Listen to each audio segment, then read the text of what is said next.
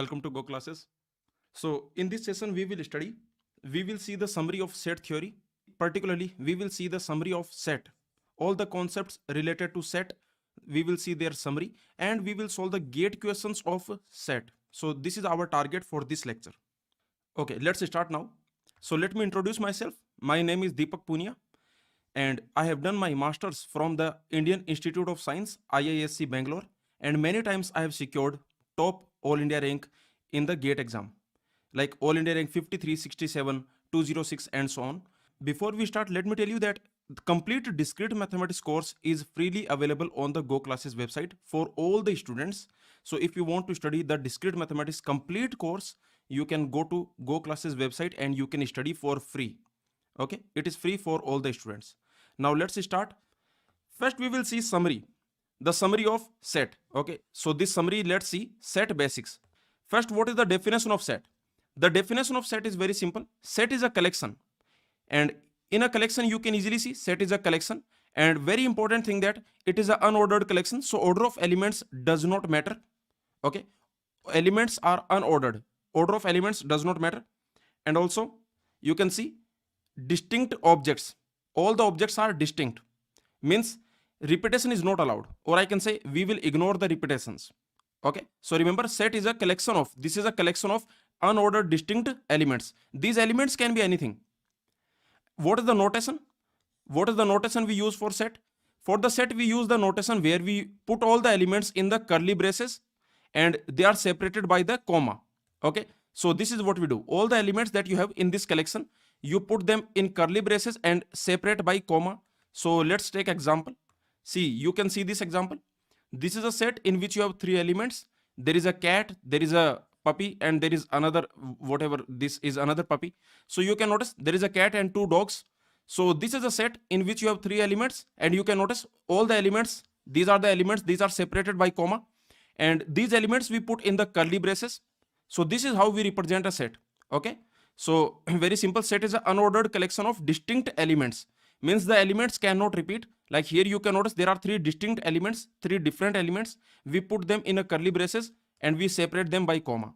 This is another set in which you have four elements. You can check all the four elements are different.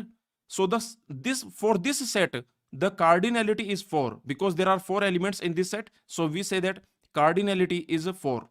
Okay, cardinality of a finite set. This is a finite set because only four elements are there. So this is a finite set. Cardinality of a finite set is number of elements in that set. So you can see these are the elements. This is element, element, element, element. So there are total 4 elements in this set. They are separated by comma and we put them in the curly braces. This is the notation. This is the set notation. Now let's see this. As I told you that in a set order does not matter. So this set is exactly same as this set because order does not matter. In this set also you have the same three elements. Those same three elements you have here. So remember, in these two set, in this set, you have the exactly same elements, exactly same number of elements. So these two set are basically same. Order does not matter. In which order you put these elements, that does not matter. You can put the apple here, you can put the apple here, that does not matter because set is a collection of unordered elements. So you can see these two sets are basically same because order does not matter. So unordered, as I told you, this is an important point. Another point, you can see these two sets are same because set is collection of unordered elements. Next, you can see these two sets are same because we ignore the duplicate. Duplicate is not allowed. Okay, remember set cannot contain duplicates. So these duplicate elements that you have, these are ignored. You can ignore them. So basically this set and this set are basically same. Remember, these two sets are same. So here one point I want to ask, if I give you this set, what is the cardinality? What is the cardinality of this set? For this set, how many elements are there? Tell me. In this set, how many elements? I have given you a set in which you have some elements. How many elements you have? In this set, total how many elements? So you can see in this set total only 4 elements we have. Remember, we have, because as I told you, we ignore the duplicate. Duplicates are not allowed. This set is at this set and this set, they are basically same. So this set is exactly same as this set because we ignore the elements. So number of elements is only 4. And this number of elements in a finite set, this is called cardinality. So the cardinality of this set that is basically 4. For this set, the cardinality is 4. Now let's move on. You can see these two sets are same because duplicates do not matter. Set is a collection of distinct elements. So duplicates we ignore. All these duplicates you can ignore. Okay, so these two sets are basically same, and the cardinality of this set is 2. Remember, only 2 elements we have in this set. Now let's move on. These two sets are same. In this set, only 2 elements you have. Ignore the duplicates. We ignore the duplicates. Duplicates do not matter. Now let's see. So the next is, you can see, so ultimately you can see that this is a set. In this set you have total 4 elements. The cardinality of this set is 4. Now you can easily see that if I give you, for example, look at this set. I give you 1, 2, A, B. In this set you can notice A belongs to this set. You see, set is a collection. You can consider this as a set, or you can call it a collection. Now set is a collection. So this is your set. This curly braces, remember, within the curly braces, everything that is a element. So you can see this is element. Okay, clear? So this is element. So let's call this set S. So I can say this is element of S. Okay, so that is the reason I can say this one. If you look at this one, this belongs to S. So this symbol we use, it means belongs to. It means belongs to. So this symbol means belongs to. Means 1 belongs to this set. 1 is in this collection. You can easily see 3 does not belong to this set. We don't have 3 in this collection. We don't have C in this collection. We don't have John in this collection. So these things we do not have in this collection. But you can notice B is in this collection. Similarly, you can notice that this element belongs to this collection, belongs to this set, because you can notice this is already an element in this set. So this symbol means an element of, or I can say belongs to. So this is an element of this set. Now let's move on. You can check that this is not element of this set. So basically it means does not belong to, is not element of. This is not element of. Now, so this symbol means element of. Now as you can see, this girl is the element of this set because this girl belongs to this set. But you can notice this dog does not belong to this set. Okay, so I can say this dog does not belong to this set and this girl belongs to this set. Now let's move on. So finally, we understood that some element can belong to the set or it may not belong to the set. So you can easily see. Now, very important thing I want to tell you, this is important, that if you have a set S, if you have some collection S, set means this is some collection. In this collection you have some elements, those are separated by the comma. Some elements you have. Now for any anything, for any A, now this A can be anything, remember, this A can be any element. So for any A, only 2 possibilities are there. What are the possibilities? Either this will belong to this set, either this is an element of this set. In this collection, either this A is element, or what can happen, this is not an element, right? Either this is element of this set or this is not element of this set. Either this will happen, very important, that either this will happen or this will happen, but not both. Okay, it cannot happen that this A belongs to the set also, it does not belong to the set also, but not both. So this is a simple point I want to tell you, that it cannot happen that both of them are true. Okay, so if this happens, let me assume this happens, that A belongs to the set and A does not belong to the set. A belongs to the set and A does not belong to the set. This type of situation is called paradox. This type of situation is called paradox because it simply means that A is here also and A is not here. So this type of situation is called paradox, remember, or you can say this type of situation you can call contradiction. So ultimately I am saying that whatever A you take, for any A this will happen, that either it will belong to the set, either it will be element of this set, or it will not be element of this set, but not both. It cannot happen that both of them are happening together. If both of them happen together, means it is element also, it is not element also. That is called paradox, or you can say contradiction. So as I told you, there are 2 types of set. One is finite set, another is infinite set. Infinite set means infinite number of elements. Finite set means finite number of elements. This is a set in which you have 4 elements. So this is a finite set. And this is a set in which you have infinite number of elements. So this is a infinite set. So there are 2 types of set. Now you can see what is the cardinality of a finite set. Cardinality of a finite set, remember, cardinality of a finite set, that is number of elements, how many elements we have in this set. So cardinality of a finite set is the number of elements in that set. So and we denote by this symbol. This is the symbol we use. This symbol means what this means. This means cardinality of S, cardinality of set S. So if S is a set, then we denote cardinality as cardinality of S. For example, for this set, this is a set in which you have two elements. These are the two elements. This is an element, this is element. So the cardinality of this set, you can see cardinality is 2. For this set, the cardinality is 3. Repetition does not matter. For this set, look at this set, the cardinality is 3 because this is element, this is element, this is element. Okay. You can notice that every element is also a set. So you can easily see this is our set. For this set, the cardinality is 3 because there are 3 elements, element 1, element 2, element 3. Every element is a set. Like this element is a set, this element is a set, this element is a set, and that is fine. There is no problem. Okay, element can be set or element can be simple. No problem. Now, so this is the concept of cardinality. What about this? Are they same? Are they same? Are these two objects equal? Look at these two objects and tell me, are they equal? So the answer is no. See, this is a number, right? This is a number. This is not a collection. This is a number. This is not a collection. This is not a collection. This is not a set. This is a number. Number 1. But this is a set. This is a set which contains number 1. Okay, so this is a collection. This is a box. You can think that this is a box. This is a collection containing one element. Containing one element. There is one element in this set. Okay, and that containing one element, and that element is 1. Containing one element and that element is 1.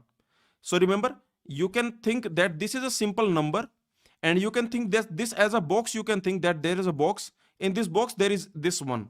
So remember, these two things are not same. So you can think this set as a box. You can think this set, you can think as a box. In this box you have 1. So these two things are not same. Remember, they are not same, as I told you.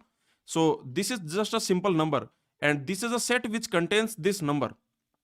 Now, as I told you, set, you can think about set as a box. Now you can notice, if your box is empty, if there is no element, then it will be called empty set. Empty set means a set without any elements. So there are no elements. This type of set we call empty set. So if your box is empty, remember, if your set is empty, this is your set. This is your set. Okay, you can think of it as a box. In this box there is no element.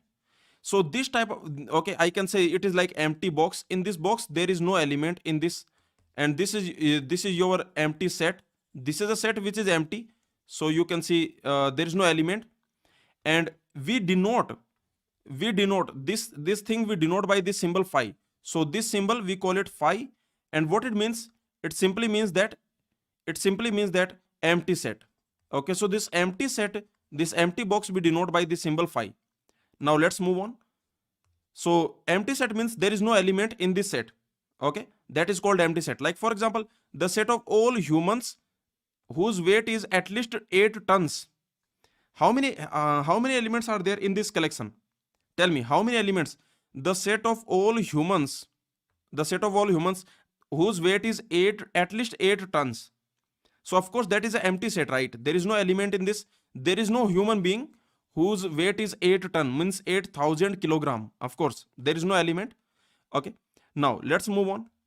So let's check it out. So are these two same? Look at these two objects. Are these two objects same? These two objects, are they equal? The answer is again no, because they are not same. You can notice that this is your empty box. This is empty box in which there is no element. This is a box in which you have empty box. This is a box in which you have empty box. Okay, are you getting my point? So these two are not same. So remember, this is empty set. This is your empty set. But remember, this is not empty set. This is a set. This is not empty. This set is not empty set. In this set you have one element. This element you have in this set. In this set there is one element. Remember, this set is not empty. So these two things are not equal. As I told you, this is an empty set. So in this box there is nothing. In this box you have another box. Okay. So as I told you, no element is equal to a set containing this element. So this x, if this x, so this x is not equal to set containing x. As you can notice, no object x is equal to the set containing x. So this is something important. Now let's move on. What are the set representations? How many ways you can represent a set? There are many ways. For example, you can list all the elements. Like for example, this is list representation. You are listing all the elements. Like in your, this is a set, this is a set S. So in this set, yes, you have total 4 elements. This is element, this is element, this is element, this is element. You are listing all the elements. This is called list. List means all the elements you list. For example, this is a list.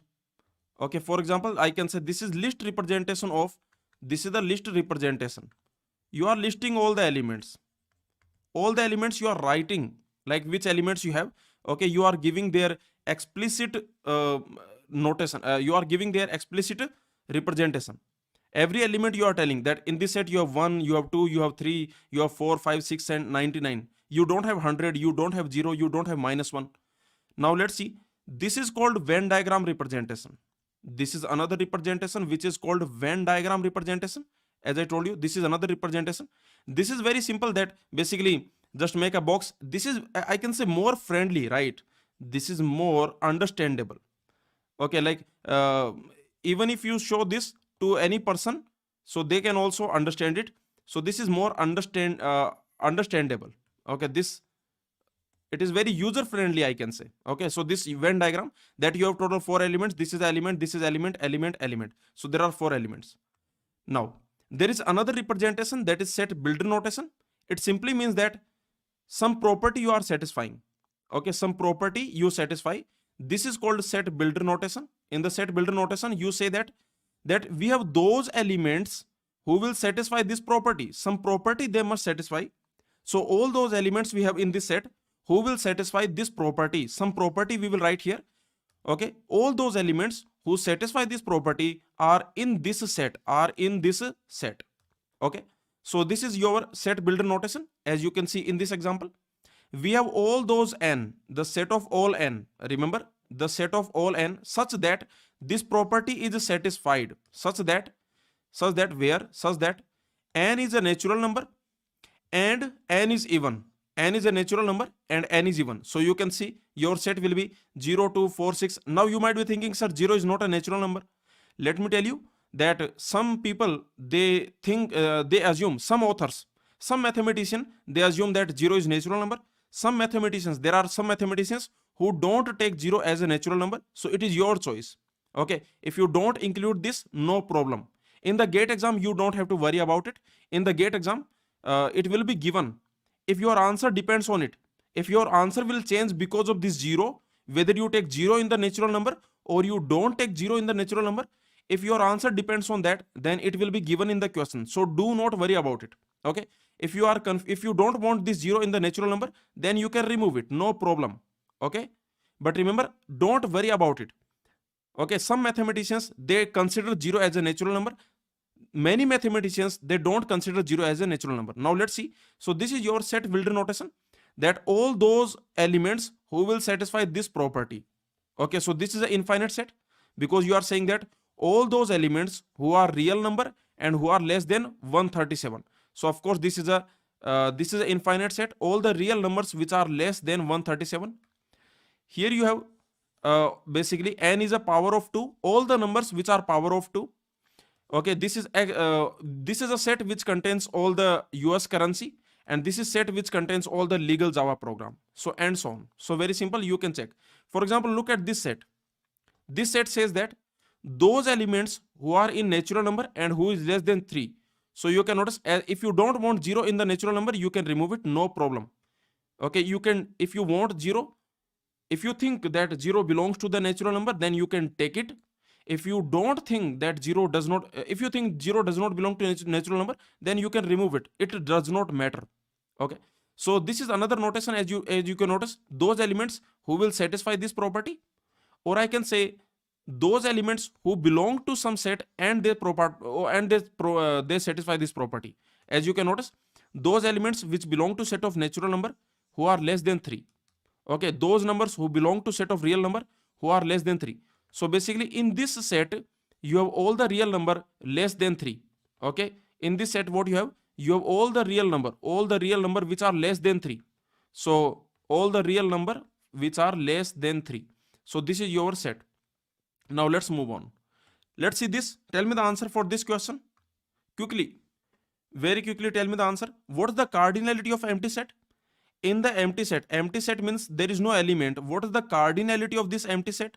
For this empty set, what is the cardinality? How many elements are there in this set?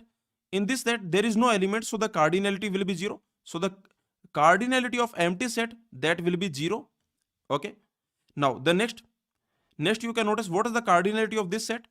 This set is saying that those elements greater than -2, less than 5. So what is this set? This set is basically asking cardinality of this set.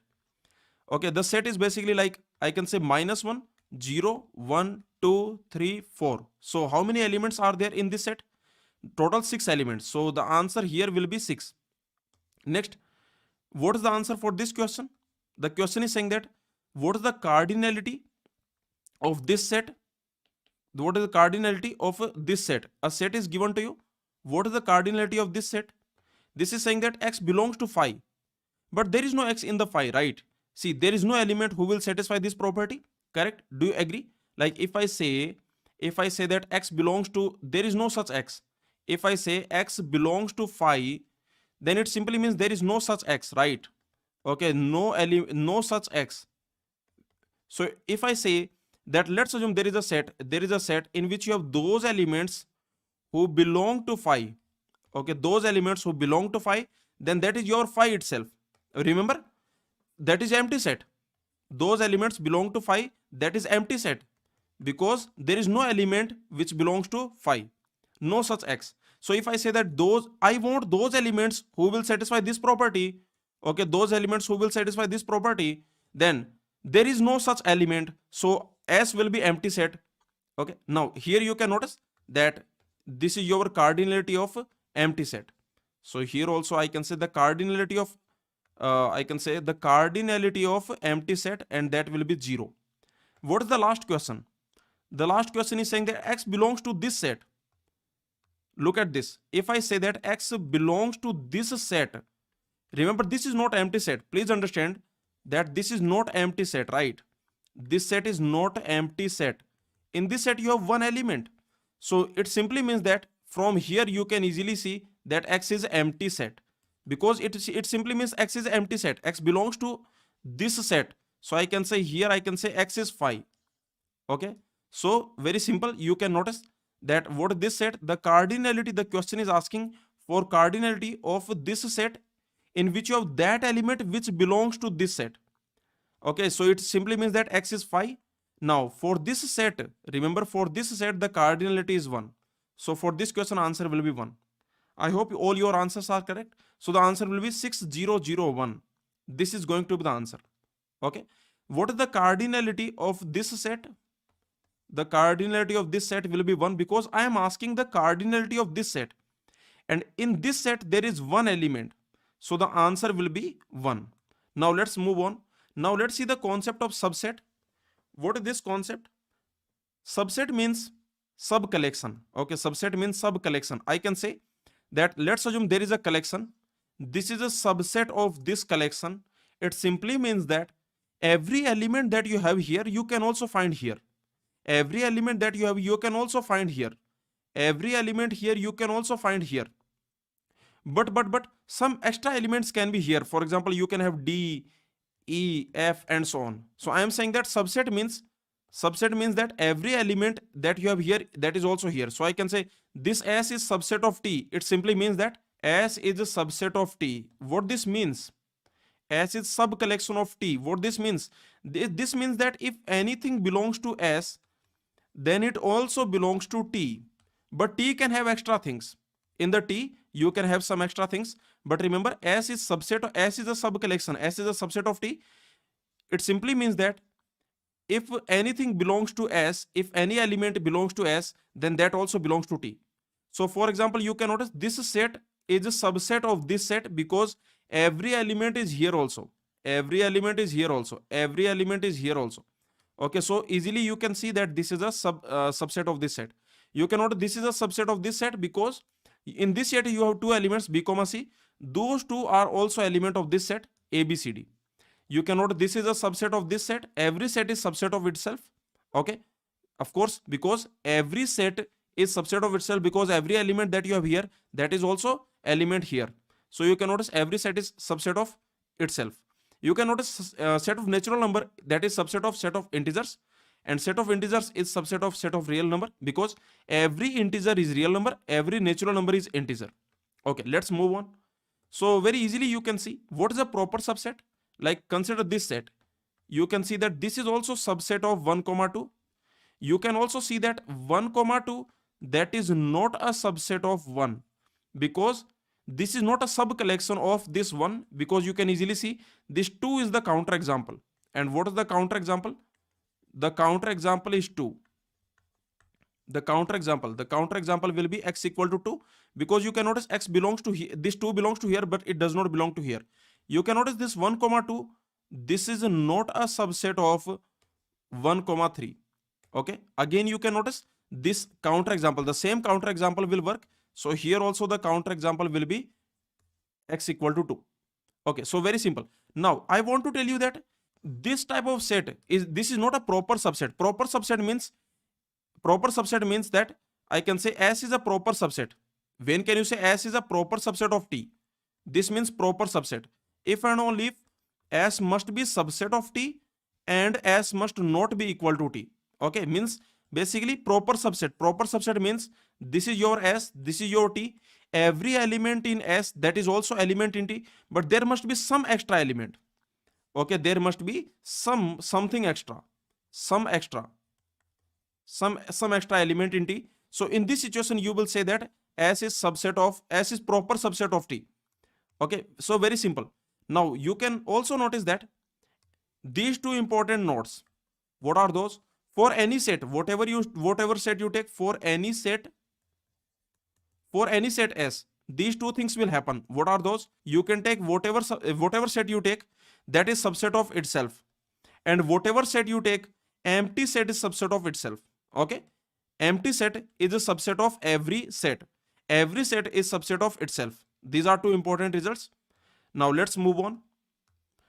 So we have seen the definition of this is the Venn diagram. You can notice every element of A is also element of B. This is the Venn diagram of that A is subset of B. Means every element of A is also element of B.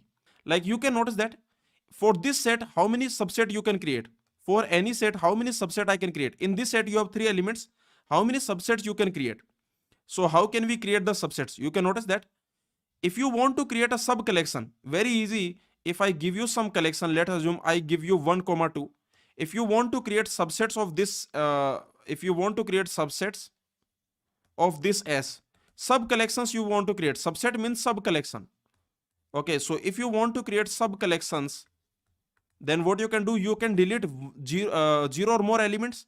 So sub collections you can do, what you can do, you can delete both the elements. Just remove both the elements, you will get a sub collection, that is empty set. Okay, so this sub collection you will get. If you delete this element, you will get another sub collection, that will be this sub collection. You can notice that every element in this collection is also element in this collection. So I can say this is a subset of this set.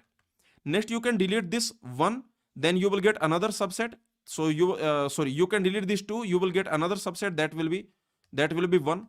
You can notice that every element in this set, that is 1, that is also element in this set. Next you can notice you can keep both of them. Okay, you can keep both of them. You can notice that every element here, you have 2 elements here, 1 comma 2. Every element here is also element here. So this is another subset. So total how many subsets you have?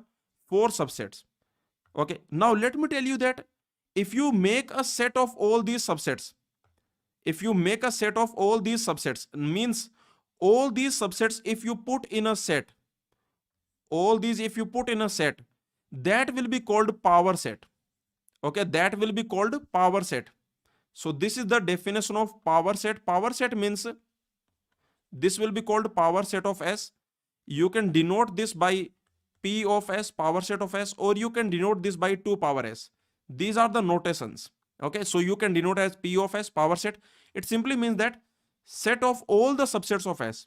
Okay, you can notice this is a set, this is a set which has all the subsets of S. So collection of all the subsets of S, that is your power set. So you can easily see, if your set has 3 elements, then you can create total 8 different subset you can create. Okay, this empty set is subset of every set. Every set is subset of itself. And you can notice every element of this set is also element of this set. As I told you, if you want to create subset, then you can delete 0 or more elements from this set. So from this A, I can delete 0 or more number of elements I can delete to create subset. If I delete this B, then I will get this subset. If I delete this B comma C, then I will get this subset. So total 8 subset I will get. You can notice every set is subset of itself and empty set is subset of every set. Now, how many subsets you can create? Simple question I am asking, a very important note, that if you have a set, let's assume if you have a finite set, if you have a finite set S of n elements in which you have total n elements of n elements. So if you have total n elements in the set, then how many subsets you can create? What is the number of subsets? What is the number of subsets of S? So how many subsets can we create? Tell me. You have a finite set of set of n elements. There are n elements in this set. Then how many subsets you can create? That will be 2 power n. 2 power n subsets you can create. Okay, very easy, because for every element you have two choices, right? See, very easy, that if I give you a set S, let's assume I give you some set S, then when you are creating the subset, like let me give you A, B, C. Now, from this set, when you create a subset you are creating, let's assume you are creating a subset S1, then you can notice that when you create this subset, then every element has two choices. Okay, when you are creating this subset, then it simply means that every element has two choices. Every element of S has two choices. Either it will go to the subset or it will not go to the subset. Okay, so every element of S has two choices. Okay, you have two choices. Every element has two choices. For example, this A has two choices, this B has two choices, this C has two choices. Either you can put it or you don't put it. Okay, this B has two choices. Either you put it in the subset or you don't put it in the subset. So every element has two choices. So you can notice number of subset will be 2 into 2 into 2, that is 2 power 3. If you have 3 elements, then number of subset will be 8. And if you have n elements, then number of subset will be 2 power n. What is the number of proper subsets?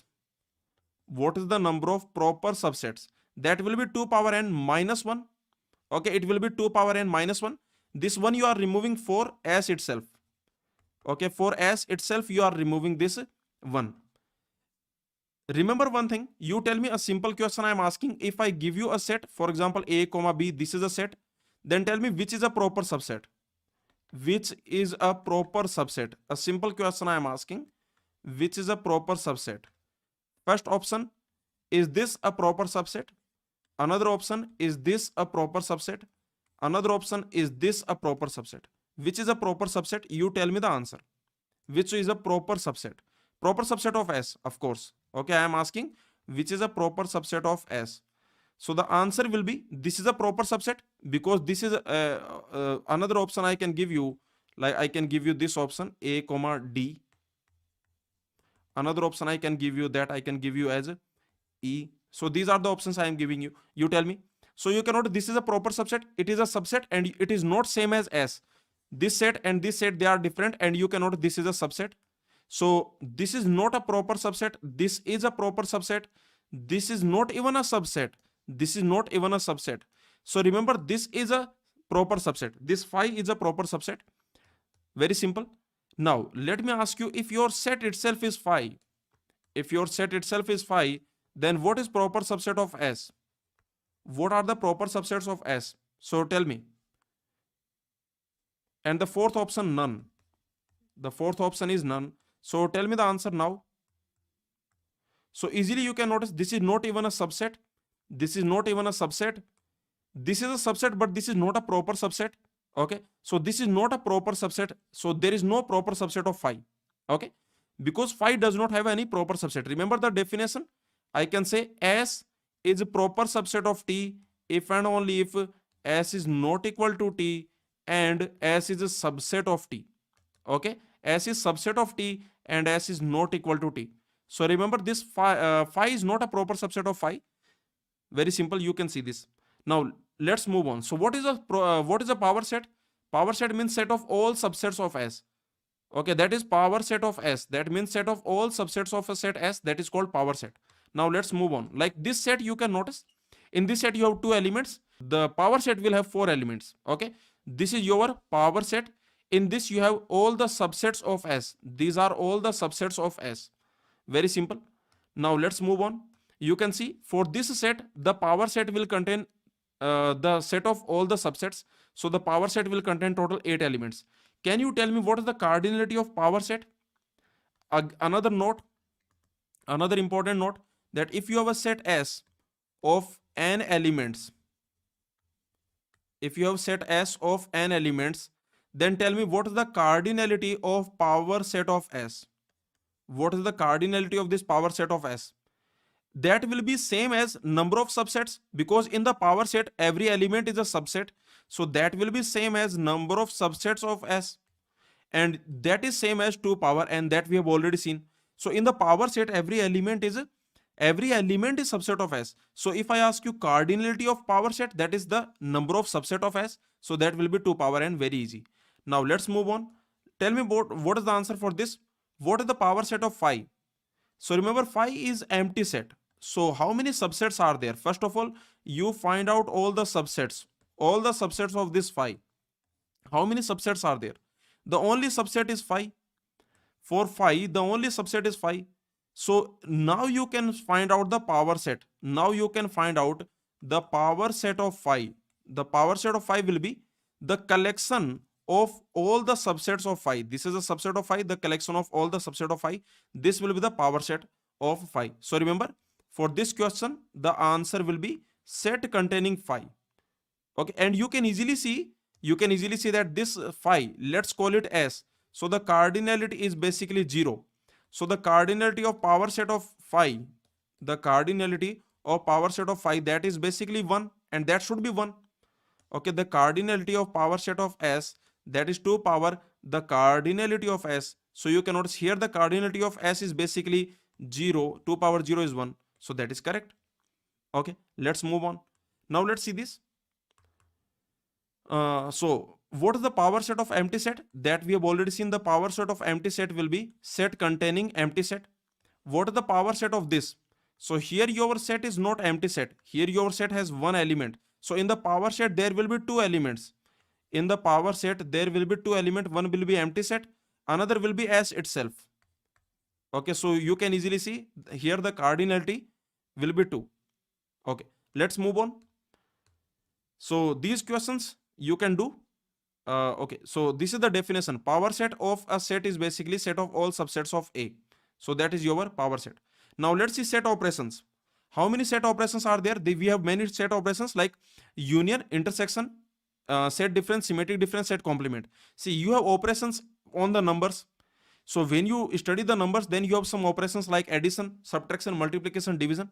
When you study propositions, then you have some operations like conjunction, like disjunction, conjunction, negation, implication, and so on.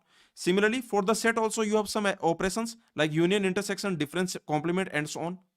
Let me tell you what is a universal set. Universal set, the name itself is telling you universal. Universal set contains everything that is under consideration. Okay, remember, universal set contains every element that is under consideration. Every element that you consider that is under consideration, that element belongs to universal set. Of course, it will depend on the context. For example, if you study chemistry, then your universal set can be set of all the elements in the chemistry.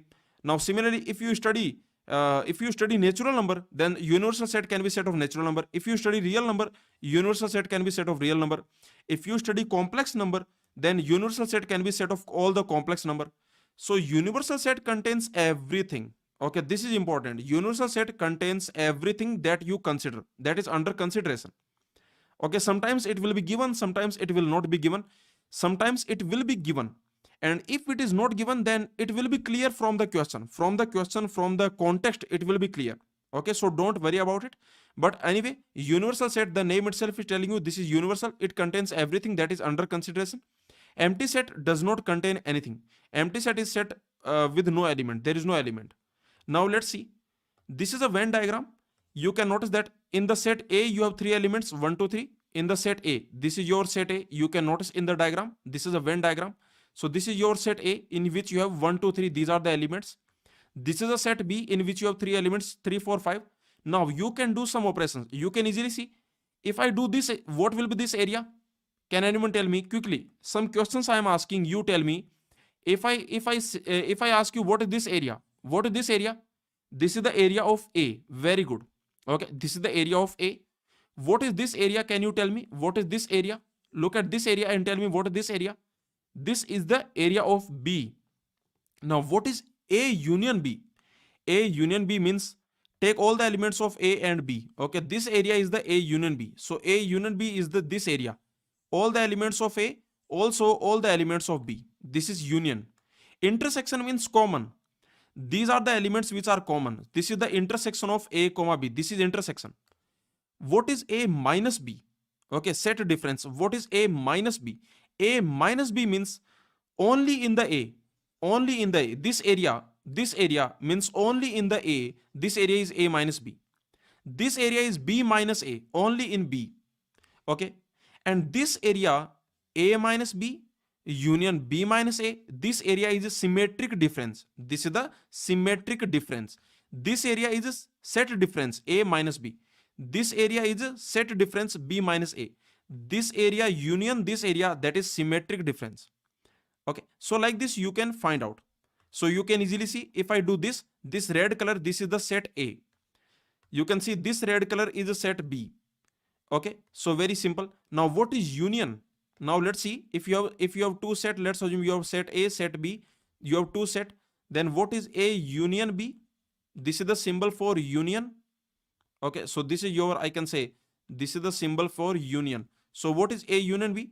In the A union B, you have those elements, you have all the elements of A comma B. You have all the elements of A comma B means you have those elements which are in A. So that all the elements of A comma B you have. So those elements which are in A, or this element can be in B. So basically take all the elements of A, take all the elements of B. Okay, take all the elements of A, take all the elements of B, take all those elements, that will be your union. Next you can notice intersection. What is intersection? What is this intersection of two set? Intersection means common elements. So those elements which are in both the set, those elements which are in both, which are common, which are in A also and which are in B also. Okay, see, you can notice those elements which are in A and B, which are common in A comma B. Intersection means common part. So this is the common part. So those elements which are in A and B. Now let's see. The next is A minus B. This is called set difference. Set difference, set minus. In this what you have? In this you have A minus B. Okay, from A you remove B, means finally it will give you those elements which are only in A. Okay, those elements which are in A but and which are not in B. Okay, so those are only in A. Those elements which are only in A, that is your set difference A minus B. So what will be B minus A? What will be B minus A? That will be those elements which are only in B, which are in B and which are not in A. Okay, so they are not in A. So that is the definition of B minus A. So very easily. Now let's see the symmetric difference. This is interesting. Let's see this symmetric difference.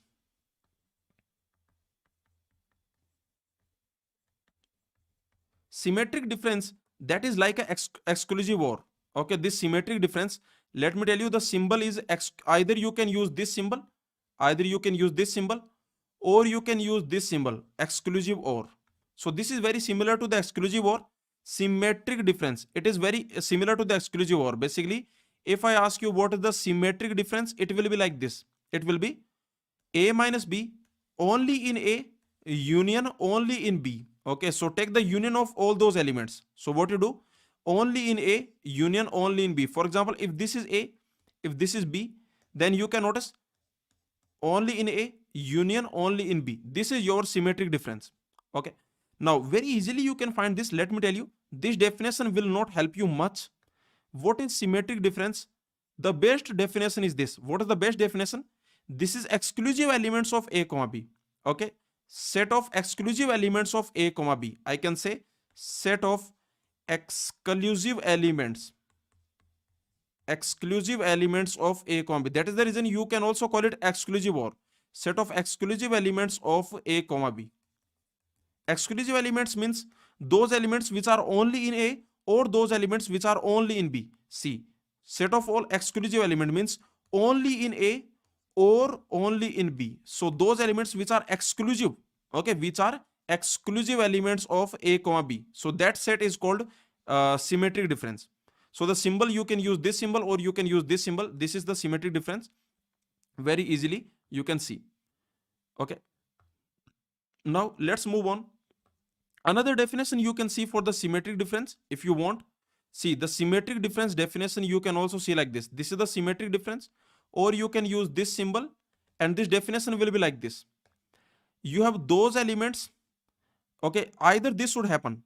Either it belongs to A and it does not belong to B. Okay, either it is only in A, I can say.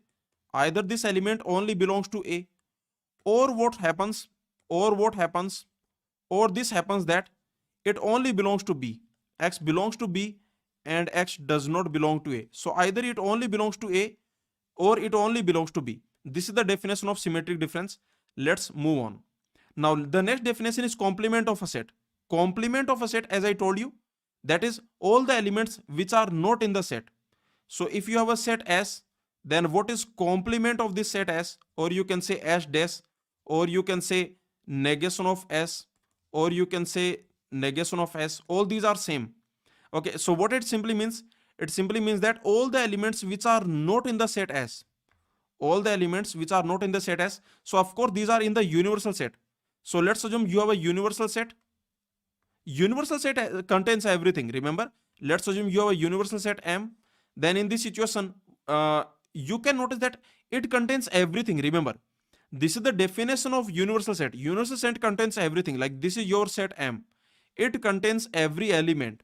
Okay, this universal set, it contains every element. So you can see that every set will be subset of itself, whatever set you take.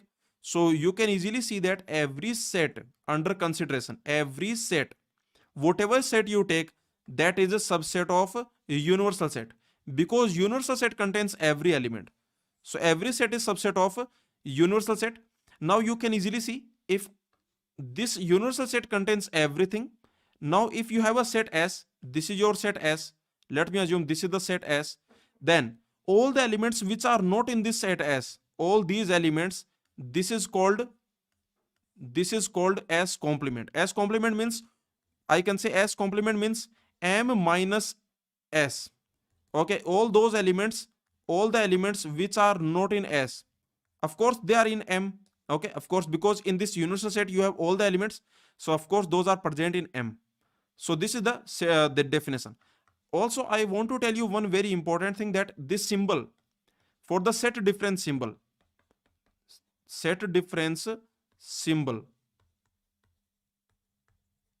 most of the time they will use this symbol. Either you can say that A minus B, either you can use this symbol, or you can use this symbol. So either this symbol will be used or this symbol will be used, backslash. So this symbol, remember, either you can use this symbol or you can use this symbol. Both are the symbol of set difference.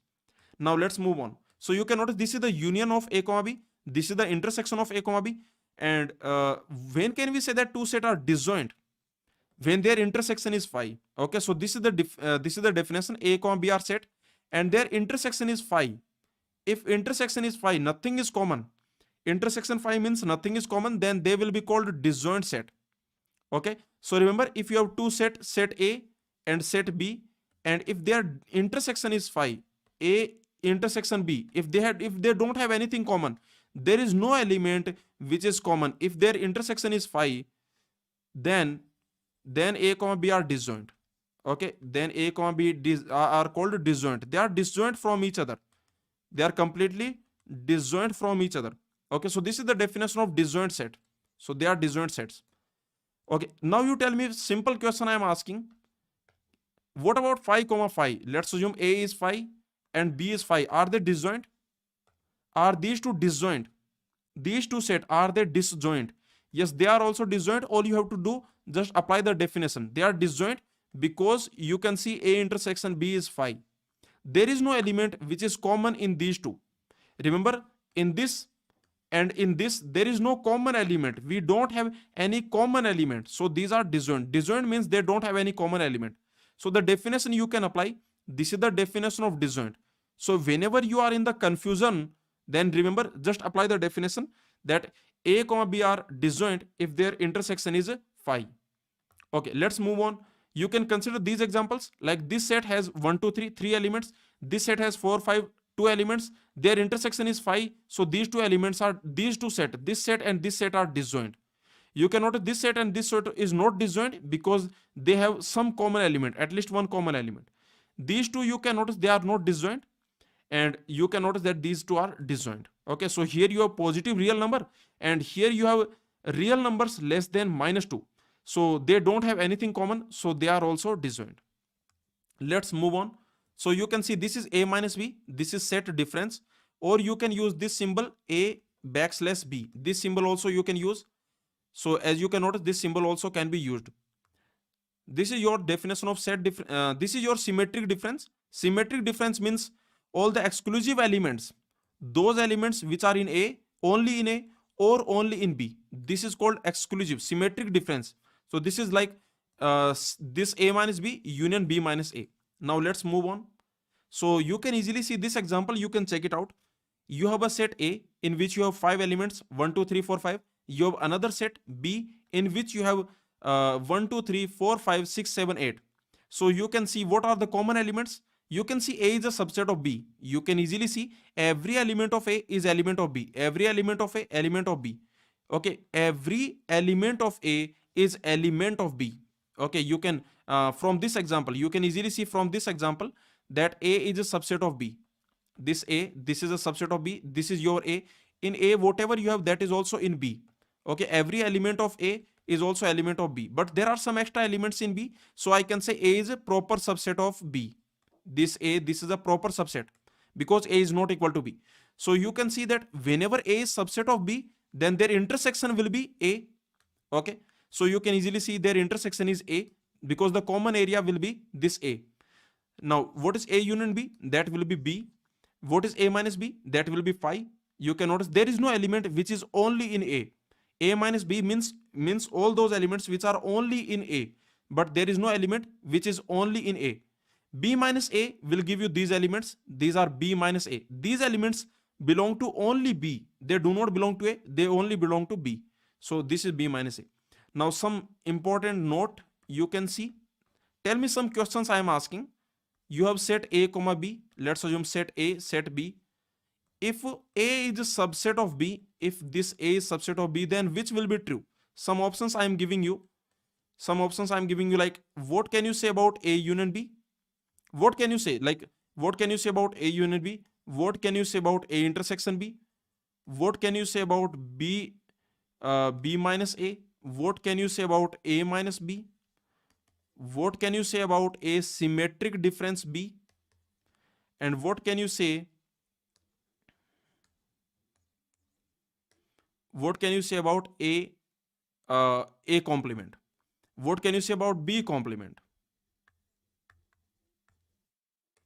What can you say about A complement? What can you say about B complement? So these things, some questions I am asking. Tell me the answer. Quickly tell me the answer.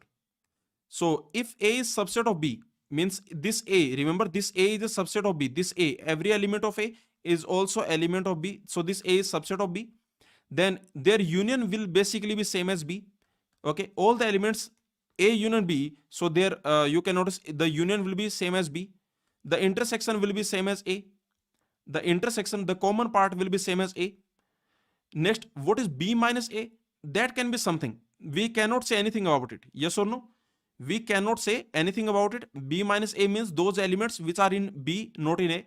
So we cannot say anything about it. We can just simply say B minus A means B minus A. But what is A minus B? That is definitely 5. Okay, that will definitely be 5 because there is no element which is in A but not in B. There is no element which only belongs to A. What about symmetric difference? This will be same as B minus A. Only these are the exclusive elements. Only these are the exclusive elements in A comma B. Okay, so A symmetric difference B, that will be B minus A. We cannot say anything about B A complement because remember the universal set can be anything. Remember, the universal set can be anything, we don't know. So the A complement is simply, I can say M minus A, and the B complement is simply M minus B. Okay, so very simple.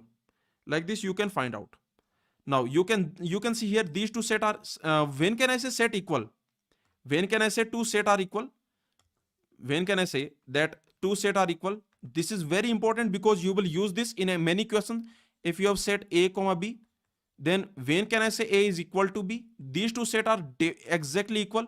When can I say they are equal? If and only if, see, these two set are equal means every element of A is element of B, and every element of B is element of A. Every element of B element of A. Okay, I can say that A must be subset of B, and every element of B must be subset of A. So B must be subset of A. So I can say A is equal to B if and only if A is subset of B, means A is subset of B. Every element of A is element of B, and every element of B is element of A.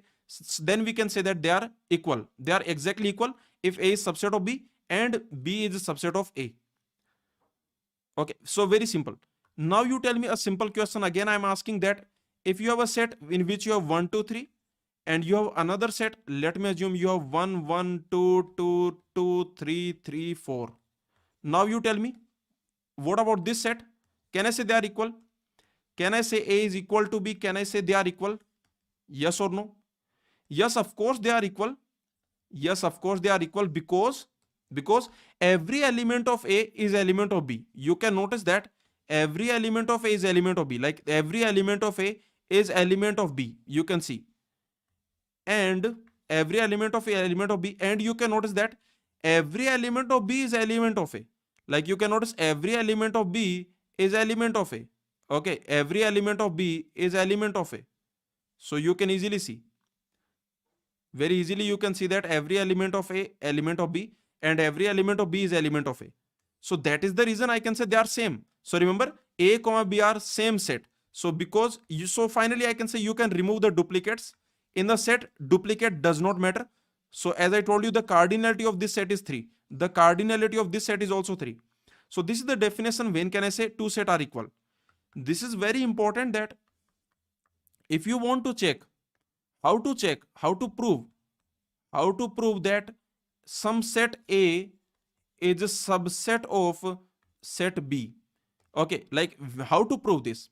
This is very important. How to prove that A is subset of B? Let's see this. How can we prove that A is subset of B? So very simple. The proof is very simple. Just use the definition.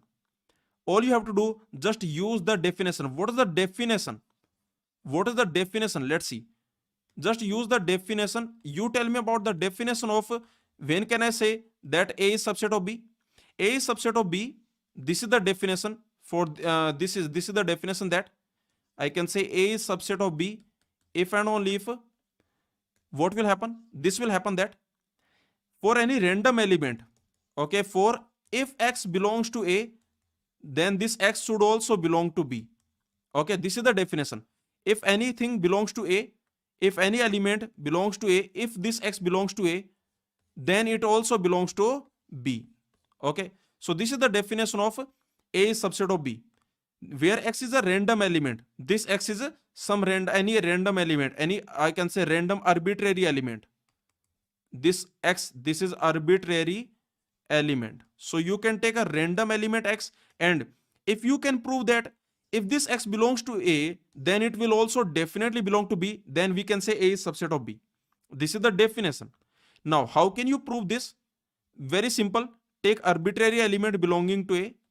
This is what you can do. You can take arbitrary means random. Okay, so take a random element X that belongs to A. Okay, so this is what you do. assume. I can say you take, or I can say you assume. So this is what you do. You assume that x belongs to A. This is what you assume. Okay. Then prove. Then show that x also belongs to B. Okay. So very simple. If you want to prove that A is subset of B, then what you do? You assume some arbitrary random element which belongs to A. This is what you assume. You start here, and then you prove that x also belongs to B. Like this, you can prove that A is subset of B. How can you prove B is subset of A? How can you prove that B is a subset of A? B is subset of A means you take some random element in B. And then you prove that if it belongs to B, then it also belongs to A. Now, how can you prove that A is equal to B? How can you prove that A is equal to B? So there are two things you have to do. Prove A is a subset of B, and prove B is subset of A. Okay, so prove A is subset of B and B is subset of A. So this is what you can do. Or you can use the Venn diagram. Okay, so this is an important note I want to tell you. Then most of the set theory questions you can solve using Venn diagram. Okay, most of set theory questions.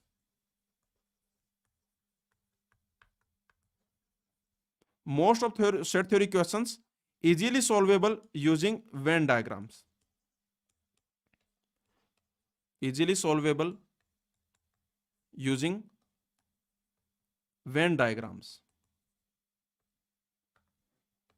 So many set theory questions you can easily solve using Venn diagram. Many set theory questions. Many of, I can say most, okay, or I can say many, whatever.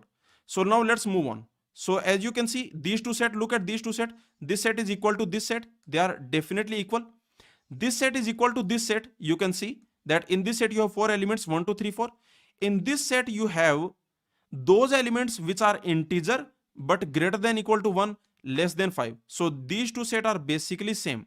They are equal. So I can say A is equal to B if they are equal set. Now let's move on.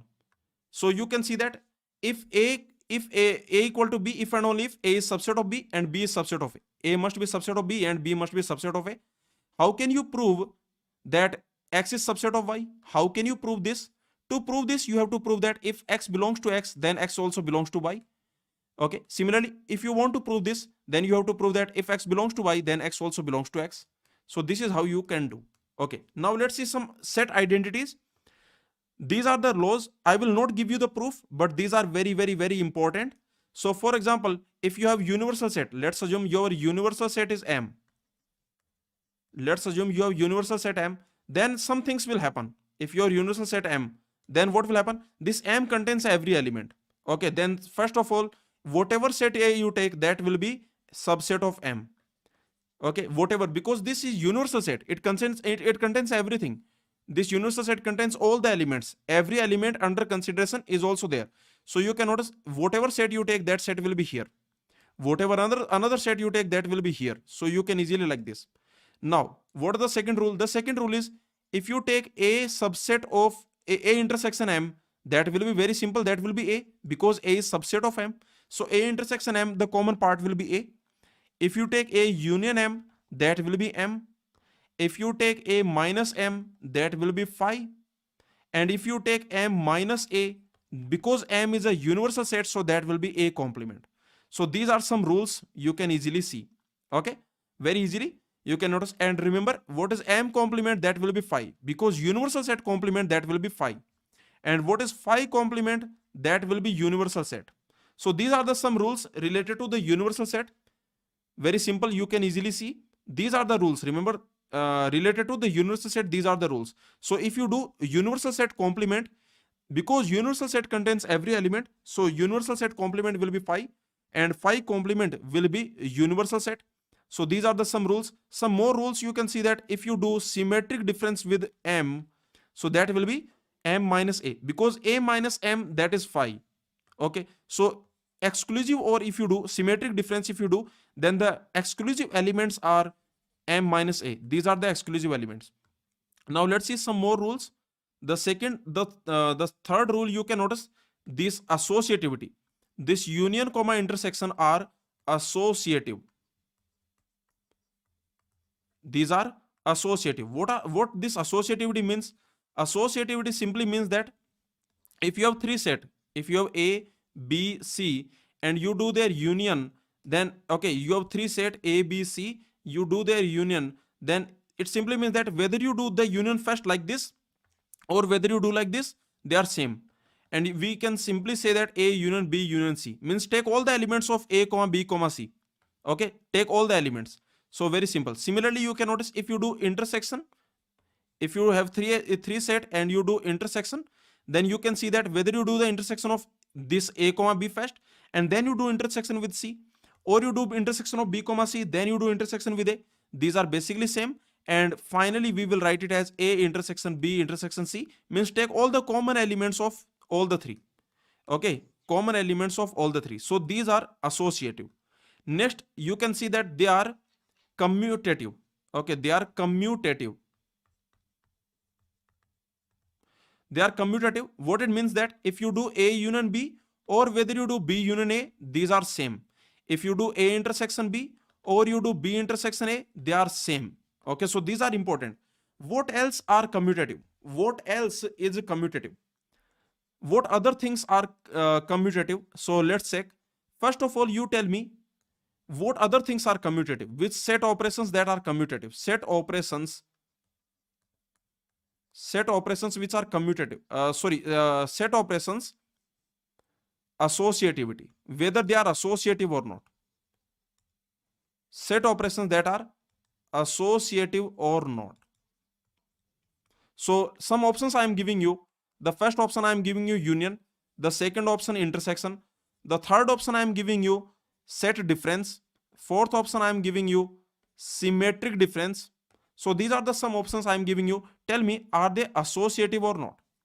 4 options on your screen. Which of them are associative? Which of them are associative? So tell me. You can notice union is associative, intersection is associative, symmetric difference is not associative, and this set difference is not associative, symmetric difference is associative. Okay, this symmetric difference, this is associative. So you can easily see that this the proof I will not give you. If you are interested in the proof, if you want to know the proof, then you can study the discrete mathematics course from the GoClasses website. Complete discrete mathematics course is freely available for all the students on the GoClasses website. So if you want to study the proof, okay, I will not go into the proof, but if you want to study the proof of everything, why symmetric difference is associative, why set difference is not associative, why these are associative, okay, if you want to study the proof of every fact, then you can study the discrete mathematics course from the GoClasses website. So anyway, so this this is the point. Now let's see the commutative. So what other operations are commutative? Let me tell you, these are commutative. Now A minus B, it may not be same as B minus A. They may or may not be different. A minus B may not be same as B minus A. Okay. The next point is symmetric difference is commutative. So if you have A is symmetric difference B, that is same as B symmetric difference A. So that is commutative. Okay. Simple. Now, some questions I want to ask you. Okay, tell me, if A minus B is same as B minus A, if this A minus B, this is same as B minus A, then what can you say about A comma B? Then what can you say about A comma B? What will happen? Tell me. Can anyone tell me, if A minus B is same as B minus A, this A minus B, that is same as B minus A. These are exactly same. Then what can you say?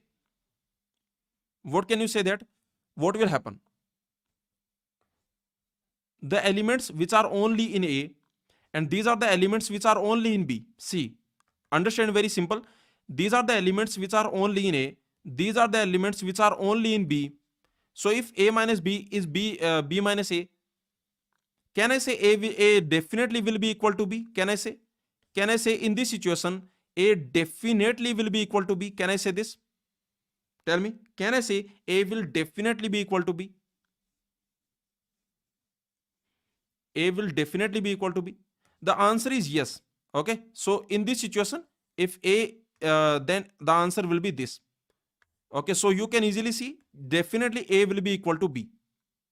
Why? What is the reason? The reason you can easily see that if A is not equal to B, if A is not equal to B, if this happens, okay, then this will have those elements which are exclusive of A, which are exclusive elements in A, right? These will have those elements which are exclusive in A, and these will have those elements which are exclusive in B. So of course, if they are not same, if these two sets are not same, then definitely some exclusive element will be either in A or in B. Okay, so in this situation, definitely these two cannot be same. Okay, so if this happens, then they cannot be same. They cannot be same, right? Okay, are you getting my point? If A is not equal to B, then these exclusive elements, they cannot be same because they are different. A is different from B. It means there is at least one exclusive element. Are you getting my point? Simple question, simple thing I am saying that. I am saying that if A is not equal to B, then there will be at least one exclusive element. Okay, in this situation, if A is not equal to B, then there will be at least one exclusive element. I can say this will not be non-empty. This will not be empty. There will be at least one exclusive element. So you can easily see that I can say, so these two will definitely be different. Okay, let's move on. So you can see that this will happen, and the converse will also be true. And converse is also true. So this statement I can say, what I can say? I can say that A is equal to B if and only if A minus B is equal to B minus A. Okay, I can say A is equal to B if and only if A minus B is equal to B minus A. So this statement we can say A minus A equal to B if and only if. So if A is not equal to B, I can also say that if A is not equal to B, then A minus B is not equal to B minus A. A minus B, A is not equal to B if and only if they are not different. Okay, now let's see this. So here you can notice that symmetric difference is commutative, but set difference is not commutative. Okay, this is one thing you can see. What is the next? So these are some properties as we have seen. Now let's see some more properties that if you do, okay, so some more properties, let's see. Some more properties. If you do intersection with phi, if you do intersection with empty set, then you will get empty set. If you do union with phi, then you will get A itself. If you remove empty set, then you will get A itself, because removing empty set means you did not remove anything. And if from empty set, if you remove set, then it will be empty set. Okay, because the complete set you are removing. Next, if you do symmetric difference with empty set, if you do symmetric difference with empty set, that will be A itself, because phi is the subset of A. Okay, so that is the reason the symmetric difference will be A itself. So these things you can easily see. And you already know that phi complement, that will be universal set. Okay, so these points you can see. Now the next point also I want to tell you that if you do A complement, then you do again complement, then that will be same as A. This is called double complementation rule. And also if you do A union A, that will not change anything. If you do A intersection A, that will not change anything. But what is A minus A? So you can notice A union A, all the elements of A, so that is all the elements of A. A intersection A, all the common elements of A comma A, that is A. If you do A minus A, that will be phi. If you do symmetric difference of A comma A, that also will be phi, because there is no exclusive element. Okay, so very simple, these points. So all these points I think we have seen. Double complementation rule. And yeah, also if you do A intersection A complement, remember they are disjoint. Okay, so they are a simple question I am asking. Tell me, if A comma A complement, can I say, is A comma A complement always disjoint? Tell me. Can I say they are always disjoint? Please tell me. Can I say they are always disjoint? Let me know. Can I say A comma A complement? Can I say they will always be disjoint? Can I guarantee that they will always be disjoint? Can I guarantee they will always be disjoint? The answer is yes, because A intersection A complement will be phi. So they will always be disjoint. Even if you take a equal to 5. If you take a equal to 5, then also no problem. Okay, then also in this situation, if you take a equal to 5, and let's assume your universal set, like whatever you do, basically your a complement will be m minus a, where m is universal set. So whatever you do, they will always be disjoint. Now for example, a question I am asking, let's assume universal set is also 5. Let's assume universal set is also 5 and your set is also 5. Then can I say a comma a complement, are they disjoint? Are they disjoint? Tell me. If your universal set is also 5 and your a is also 5, can I say they are disjoint? The answer again is yes. Just use the definition of disjoint, because you can notice in this situation a is also 5, in this situation a complement is also 5, and you can see their intersection is 5, so they are disjoint. Okay, so they are disjoint. So remember, just apply the definition of disjoint. Disjoint means, when can I say two things are disjoint? When their intersection is 5. In this situation you will say they are disjoint. Okay, let's move on. So you can easily see that if you have a intersection a complement, that will be 5. If you take a union a complement, that will be universal set. Okay, that will be universal set, because all the elements you will get. A union a complement, it will give you all the elements. Okay, so all these properties we have already seen. Arnab is asking a comma a complement, what is their intersection? See, Arnab, look at this. If this is your universal set, this is your set A, then this is your A complement, right? See, look at this. This is the area of A complement, and this is the area of A. Tell me, what is A intersection A complement? Tell me, what is the common? What is common? Tell me.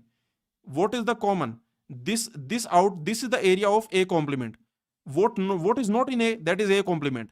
What is not in A complement, that is A. So what is the common area? The common area is 5. And you can notice A union A complement, that is universal set.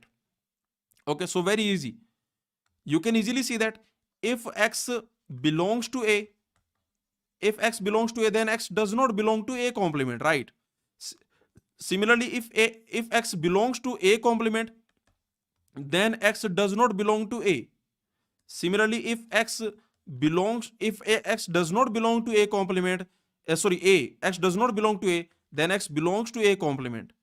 And if X does not belong to A complement, then definitely it will belong to A, right? That is the meaning of complement. This is the meaning of complement, right? So you can easily see that if X does not belong to A complement, then definitely it will belong to A. Okay, if X belongs to A, it will not belong to A complement. So very simple, like this is the definition of complement. Now let's see the next, that is distributive law. So union is distributive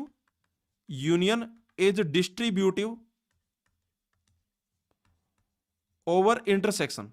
Union is distributive over intersection, and intersection is distributive over union. This intersection, this is distributive over union. So what this means? Union is distributive over intersection. It means if you do union over intersection, then what you will get? This union is distributive over intersection. This is distributive. You can distribute this union over intersection. So what you can write? You can write that A union B intersection A union C. Okay, so this is true. Means union is distributive over intersection. It simply means that A union B intersection C, that is equal to A union B intersection A union B intersection A union C. Similarly, intersection is distributive over union. So this intersection, this is distributive over union, means it will be A intersection B union A intersection C. Again, I am not giving the proof. If you want the proof, if you want to understand the proof, you can prove it. Okay, you don't have to by heart anything. You can prove everything. If you want to study the proof, then you can watch the GoClasses Discrete Mathematics course, in which everything, every statement, every theorem, every concept, every formula is taught with proof. So in the GoClasses Discrete Mathematics course, you will never by heart anything. Everything that you will study with proof. So this is the distributive property. Now let's see De Morgan property and absorption properties. These are some important rules. Okay, very important rules. Very important rules. The first rule is De Morgan law. Means if you do A intersection B and then you do the complement, that will be same as A complement union B complement. Also, if you do A union B, then you do the complement, then that will be A complement intersection C complement. Okay. So like this is the De Morgan law. Means De Morgan law says that if you do the complement of intersection, then what will happen? It will happen union of complement of the set, like A intersection B complement, that will be, this intersection will become union, and this A will become A complement, B will become B complement. And if you have A union C complement, that will be A complement intersection C complement. Also, this is called absorption law, that if you do A union B intersection A intersection B, if you do this, then that will be same as A. See, you can prove it. This absorption law actually you can easily prove if you forget A union A intersection B. So how can you prove it? You can easily see that if this is A, if this is B, then you can notice what is this A intersection. This is A intersection B, right? This is A intersection B. Now you tell me what is A union A intersection B. Please tell me quickly. Please tell me quickly. If this is A, this is B, then this is A intersection B. Now you tell me what is A union, what is A union A intersection B. A union A intersection B, that is same as A, right? So very easily you can do. Now the same thing I can ask you. You tell me, if I ask you A union A complement intersection B. Okay, so something, so this is interesting, like A union A intersection C, that is A. Similarly, you can do another question I am asking you, and that question is something like this: A union A complement intersection B. Now what is that? Okay, did you understand the question? I am asking A union. Before that, actually, before we see this, let's see what is this one. Like, what is this? A intersection B complement. So if this is A, this is B, then what is A complement intersection B? It simply means A complement. This is your A complement. A complement means this. This area is the A complement. Intersection B. Common part. Intersection means common part.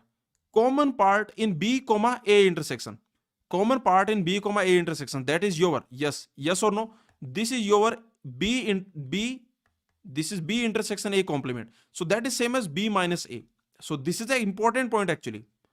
Okay, this is a very important point, that if you have A minus B, you can write it A intersection B complement. Okay, if you have B minus A, you can write it B intersection A complement. So this is an important point. Now let's see this. Now tell me the answer for this one. Can you tell me the answer for this one? A union A complement intersection B. We already know that this is same as, B minus A. So this is set A, this is set B. Then what is A union B minus A? Remember, this is B minus A. This is B minus A. And you can notice this is A. This is A. So what is A union B minus A? That will be A union B. Okay, that will be A union B. Very simple. So this is the point I want to tell you, that A union A complement intersection B, you can easily see that that is same as A union B. Actually, this is very similar to the propositional logic. If you study in the propositional logic, there is a rule in the Boolean algebra. In the propositional logic, this is the set. This is the rule in the set theory. Now in the propositional logic, similar rule you have, where you have like P or P bar Q, that is same as P or Q. Very similar rules you have, like P or PQ, that is same as P. So these are the rules in the propositional logic, and these are the rules in the set theory. In the set theory, what will happen? I can say A union A bar intersection B, that will be same as A union B. And similarly, A union A intersection B, that will be same as A. Okay. So like this, all these rules that you have in the propositional logic, similar rules, very similar rules you have in the set theory also. So all the rules we have seen, I hope you understood. This is a De Morgan law. You can apply the De Morgan law here, like you have 0, 1, 0, 1 intersection 1, 2. The intersection will be 1. The complement of 1 will be 0, 2, 3. Okay, so like this, anyway, you can check it out. So all these rules we have seen, every rule. Now let's move on. So these are important rules, as I told you. A, set difference B. Okay, because this is an important rule. Like this is A, this is B. Then what will be A? What will be A minus B? This is A minus B. You can see this is A minus B. A minus B is same as A intersection with B complement. Okay, they are basically same, because what is A intersection B complement? That is common area of A comma B complement. Okay, those elements which are in A and not in B. Okay, so you can see this is the area of A intersection B complement. So this is very important rule that this happens. Okay, one more thing that happens is, if you see the symmetric difference, if you see this symmetric difference means this area union this area. This is the symmetric difference. That means A minus B union B minus A. Now that is also same as, remember, basically this is your symmetric difference. What I can do, I can say that from the union you are removing the intersection, right? From the union you are removing the intersection. Okay, from the union you have removed the intersection. So this is the point. From the union you are removing, this is the set difference, you are removing the intersection. So this is your set difference. So these are some important rules that we have seen. I hope you understood. And if you have three set, if you have like A, B, C, three set, then also you can create the Venn diagram. You can create the Venn diagram like this. Like this is the union of A comma B comma C. This is the intersection of A comma B comma C, and so on. So if you have more than three set, then also you can create the Venn diagram. So this is the complete revision. This is the complete summary of set theory. So ultimately, I want to tell you some very important, useful rules. As I told you, like A minus B, that is same as A intersection B complement. This rule you understand. The first thing, here A comma B are set. So here set is A comma B. This rule is very important. Another rule that is very important is this A union A intersection B. This is your absorption rule. That is your A. You don't have to by heart, because you can easily prove it. Okay, so there is no need to by heart. Like this is A, this is B. You can easily see that this is A intersection B. Okay, so this is A intersection B. Union with A, that will be A. So this is the rule you can see. The third rule, that is A union A intersection B, A complement intersection B, that will be same as A union B. This also you can prove using the Venn diagram.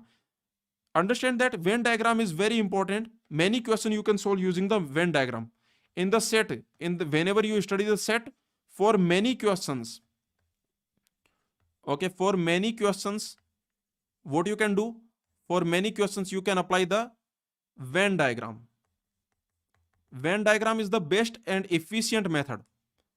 This is the most efficient method if you use the Venn diagram. Okay, most efficient for many questions. Now let's move on. The last topic, the last thing, that is, see, you can notice that we represent the set like this, yes or no, and order does not matter. Set is a collection of unordered elements. So this type of thing is called set. Set is a collection, set is a structure in which order does not matter. Remember, set is a structure in which order does not matter and also repetition does not matter. So set is a collection of unordered distinct elements. This type of structure is called set, in which order does not matter, and also in a set this does not matter, like A, B, A comma B comma A, that is same as B comma A, that is same as A comma B. That, okay, so this is the definition of set. So set is a structure in which repetition does not matter. Set is a collection of distinct elements. Okay, you can ignore the repetition, you can remove the repetition. So, and also order does not matter. So this type of structure is called set. Now there is something called sequence. In sequence, order matters, repetition also matters, and order matters. So in a sequence, order comma repetition both matters. There is something called sequence. This concept of sequence, order comma repetition both matter. Okay, both of these things matter. What it means? Sequence simply means, for example, if you have 1 1 2 2, this sequence is different from 1 1 2. This sequence is different from 2 1 1. This sequence is different from 1 1. This sequence is different from 1 to 1. So all these sequences are different. Remember, this sequence is different from this sequence is different from this sequence. Okay, all these sequences are basically different. So in a sequence, order also matters, repetition also matters. This is an important point, the definition of sequence. So please understand that if you have this sequence, if I say you have a sequence, like as I told you, this sequence, look at this sequence ABC. This sequence is not same as BAC. This sequence is not same as B, B, A, C. So these in a sequence, all these things matter. Okay. Now, once you understand the sequence, what are the sequence? In the sequence, order matters and repetition matters. Both the things matter in a sequence. Now let's see the next concept, that is tuple. Tuple is basically a finite sequence. What is a tuple? Tuple is a finite sequence. This sequence can be finite or infinite. See, this sequence can be finite or infinite. As I told you, for example, you can take another example. Let me give another example. Like this is a sequence 1, 2, 3 and so on. This is the sequence of natural number. Okay, so this is a sequence, remember. So in a sequence, order matters, repetition matters. So sequence can be finite or infinite. What is a tuple? Tuple is a finite sequence. Okay, this is called tuple. Like for example, if I give you this 1, 1, or I can say this 1, 2, this is a tuple. This is different from 2, 1. Okay, this is called 2 tuple, because there are in this tuple there are 2 elements. So this is called 2 tuple. Like for example, what is n tuple? What is n tuple? N tuple is something like this. You have total n elements. Remember, they can be same or different. For example, you can notice that if you have 1, 1, 2, this is different from 1, 2. Remember, this is different from 1, 2, 1. Remember, this is 3 tuple. This is a 3 tuple. This is a 2 tuple. This is a 3 tuple. Also, this 1, 1, 2, this is different from 1 to 1. Okay, these are different because order matters. So remember, tuple is just nothing but finite sequence. Finite sequence is called a tuple. Very simple point. Now, this 2 tuple is called ordered pair. This 2 tuple is called, what we call it? We call it ordered pair. This is called ordered pair. So what is the ordered pair? What is this ordered pair? Ordered pair is simply, I can say, like for example, A, B, this is an ordered pair. And remember, this is different from B, A. For example, I can say this 2, 1. This is different from 1, 2. Okay, so ordered pair means 2 elements. So you can see this is also ordered pair. This is also ordered pair. Okay, so these are ordered pairs. Remember, this ordered pair is different from, so here this is 2 tuple, this is 1 tuple. So these are different. I hope all these points are clear. So what is the ordered pair? Now, when can I say 2 ordered pairs are same? A simple question I am asking. Tell me, if A, B is same as B, A, then what it means? If A, B is, then what can you say? Then what you can say? Tell me. If two things are same, like A, B, this ordered pair is same as B, A, then you can notice that this A must be same as B and this B must be same as A, right? Then, or this should happen, that A must be same as B and B must be same as A. So then I can say that A will be equal to B. Okay, in this situation, A will be equal to B. Similarly, if you have, for example, if you have A, B, C, that is equal to D, E, F, then what will then what it means? Then it means that it simply means A is equal to D, B is equal to E, and this C is equal to F, right? So it simply means that A is equal to D, this B is equal to E, and this C is equal to F.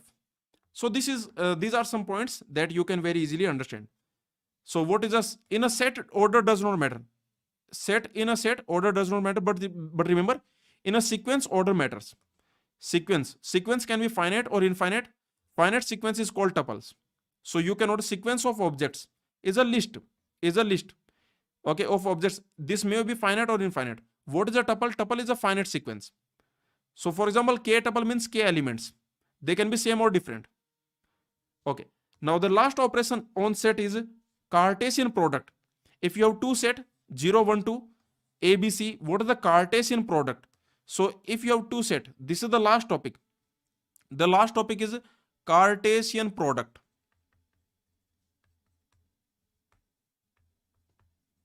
Cartesian product of two sets. It is also called cross product. You can also call it cross product. So what is cross product of two set? If you have set A, set B, these are two set, then what their cross product will be? Cross product will be a set. Remember, set the cross product also will be a set. It will also be a set in which you will have ordered pairs. The first element will come from A, the second element will come from B, because you are doing A cross B. So first element will come from A and the second element will come from B. This is the cross product. For example, if you have 0, 1, 2 cross product ABC, then you will have ordered pairs 0, A, this ordered pair, 0, B, this ordered pair, 0, C, this ordered pair, 1, A, this ordered pair, 1, B, this ordered pair, 1, C, this ordered pair, then 2, A, 2, B, 2, C. So you can notice that very simple. This is the definition of cross product. So if you have two set A, B, their cross product will be set of ordered pairs. Remember, the cross product also will be a set in which you have ordered pairs, where the first element in the ordered pair, the first element is coming from A, the second element is coming from B. So this is your Cartesian product. You can easily see here, you have a set A, you have a set B, then what is the cross product? A cross B. A cross B means every element of A pair with every element of B. Every element of A pair with every element of B. So you can notice 2x, 2y. And every element of A, every element pair with every element of B. This is your A cross B. What is B cross A? If I ask you what will be B cross A? So B cross A. If I ask you that, then what that will be? So if I ask B cross A means now every element of B will pair with every element of A. Okay, every element of B that will pair with every element of A. So it will be something like this. You will have x, 1, x, 2, x, 3, y, 1, y, 2, y, 3. Okay, so this will be your B cross A. So this is the definition of Cartesian product. If you have A, B, A is x, y, z, B is 1, 2, 3, then A cross B, that will be like x1, x2, x3, y1, y2, y3, z1, z2, z3. This is the definition of cross product. So what is cross product of two set? If A, B are set, then cross product is also a set. The cross product, the Cartesian product is also a set. It is also a set. Okay, it is also a set which contains ordered pairs. The first element is coming from A, the second element is coming from B. Okay, so it contains ordered pairs. Very simple. So this is the complete summary of the of our set chapter. And simple thing, finally, if you have two set, a note, if A, B, if A cardinality is N and B cardinality is M, then tell me how many ordered pairs you can create. Tell me how many ordered pairs, means what is the cardinality of A cross B? The cardinality of A cross B, what that will be? Remember the cardinality of A cross B, if you notice, this A cross B has ordered pairs, where the first element will come from A, the second element will come from B. This first element will come from A and second element will come from B. Okay, this second element will come from B. So for this first element, how many choices we have? This first element will come from A. So for this we have n choices. For the first element there are n choices. For the second element there are m choices, because the second element is coming from B. Okay, so first element is coming from A, second element is coming from B. So finally, how many ordered pairs you can create? That will be n into m. So your answer will be nm. Okay, I can say n multiplied by m. So if I ask you what is the cardinality of A cross A1 cross A2 cross An, so that will be cardinality of A1 into cardinality of A2, cardinality of A3, and so on. So basically, like if you have A cardinality is m, B cardinality is n, and C cardinality is p, then what will be cardinality of A cross B cross C? That will be equal to m, and p. that will be MNP. Okay, that means cardinality of A multiplied by cardinality of B multiplied by cardinality of C. Okay, so this is the complete summary. In the basic set concept, we have seen everything: the definition of set, the operations on set, the terminology, what is power set, subset, set equality, what are the set identities, Venn diagram, okay, everything, all the important points, all the important theorems, all the important results, the definitions, everything we have covered. Let me tell you in this session. This is the complete summary of a set. Okay, for the set, this is the complete summary. Every topic, every operation, every important thing that you need to know, that you need to revise, let me tell you, during your revision, every important thing that you need to revise, I have done that revision. Okay, so this is the complete summary of set we have seen. Now we will solve the gate questions of the set. But before that, I would like you to like this session and please comment on this session at this point of time. Okay, so all the students who are watching this video as a recorded, then please comment on this video.